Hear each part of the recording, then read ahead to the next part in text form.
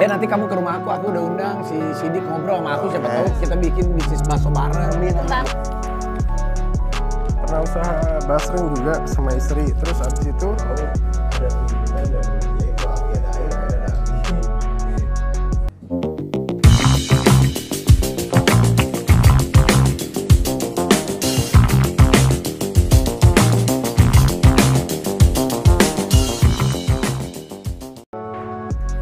Presenter Raffi Ahmad siap bantu Sidik Edward. Sosok pemain FTV jualan cilok di pinggir jalan yang viral di media sosial.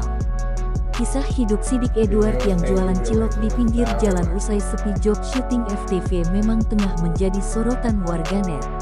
Perjuangan hidup Sidik Edward yang tak malu berjualan cilok di pinggir jalan meski ia dulunya bintang FTV terkenal membuat banyak orang kagum, tak terkecuali Raffi Ahmad.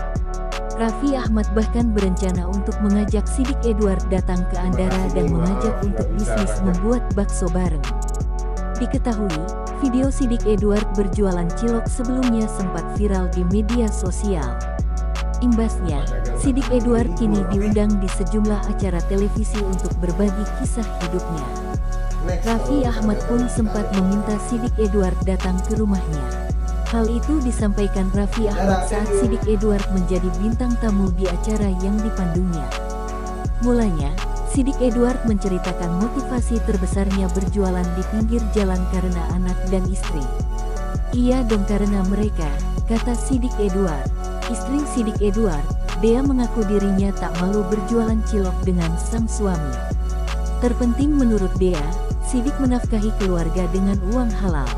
Dulu kan pemain sinetron, sekarang alhamdulillah mandiri berjualan bakso, gimana ada bedanya gak? Tanya Irfan Hakim. Enggak ada sih, yang penting kerja aja, kata Dea sembari tersenyum menggendong buah hatinya yang masih bayi. Dalam momen itu, Raffi Ahmad lantas meminta Sidik Edward ke rumahnya. Raffi Ahmad tampaknya berusaha membantu perekonomian keluarga Sidik Edward. Nanti kamu ke rumah, aku udah bilang.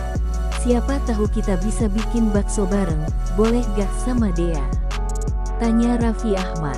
Boleh, kata Dea. Soal kehidupannya hingga kini harus berjualan cilok, Sidik Edward pernah bercerita di YouTube Cerita Untung. Diakui Sidik Edward, job syutingnya saat ini memang sedang menurun. Dirinya saat itu memutar otak bagaimana harus tetap bisa mendapatkan uang di luar hasil syuting. Syuting memang lagi menurun, gue akuin. Jadi itu berdasarkan ekonomi, mau nggak mau harus survive sendiri dengan cara apapun, ungkap Sidik Edward. Setelah melalui berbagai pertimbangan, Sidik Edward memutuskan untuk berjualan cilok demi menyambung hidupnya. Alasan Sidik Edward memilih berjualan cilok karena menurutnya, tidak membutuhkan modal yang terlalu besar. Jadi ya udah dengan modal kecil, apa yang Sidik bisa jalanin, sekarang jualan cilok, jelas Sidik Edward. Sidik Edward mengaku sebelumnya dia sempat menjalankan usaha kecil-kecilan. Berita selanjutnya, tapi sebelum lanjut jangan lupa klik tombol subscribe, mari kita lanjut. Menteri Koordinator Bidang Kemaritiman dan Investasi Luhut Binsar Panjaitan menyinggung soal kontribusi anak muda terhadap pemilihan umum pemilu 2024.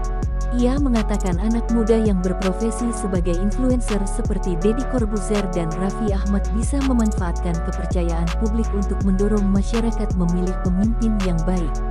Deddy Corbuzier, Raffi Ahmad, Anda bisa memberikan bantuan yang sangat besar untuk republik ini, untuk mendorong orang memilih orang-orang yang baik.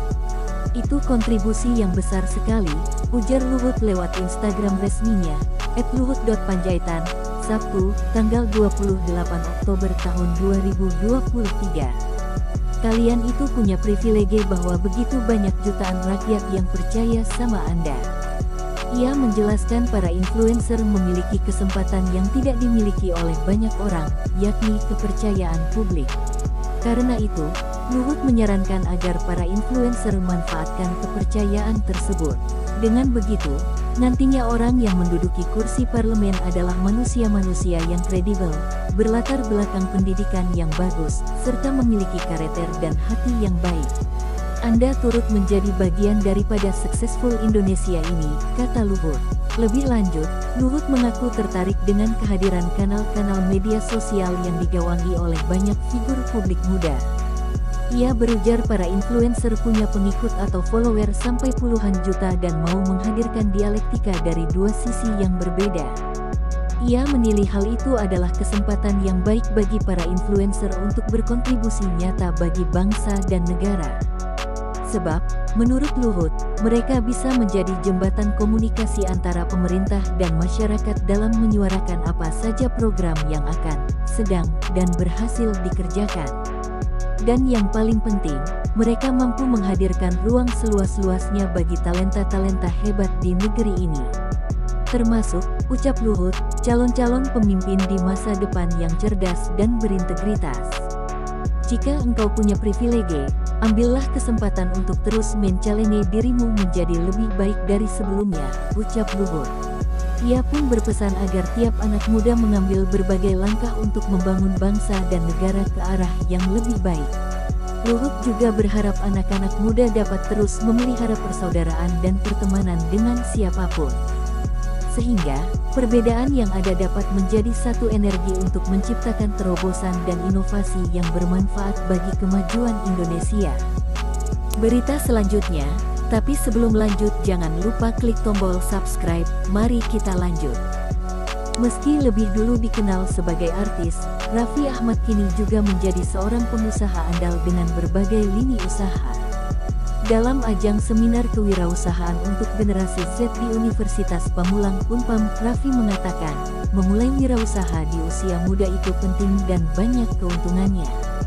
Apalagi saat mahasiswa, waktu relatif luang untuk bisa melakukan latihan berkreasi dan berwirausaha. Menurut Raffi, sejak dini, jiwa kewirausahaan harus dilatih secara terus-menerus.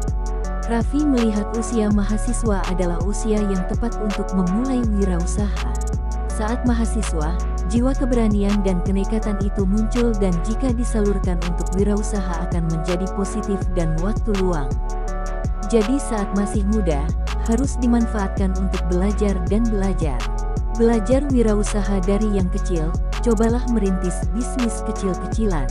Jika bingung akan memproduksi apa, mulailah dengan berdagang dan menjual produk orang lain terlebih dahulu, ucapnya dalam siaran pers. Terima kasih sudah menonton.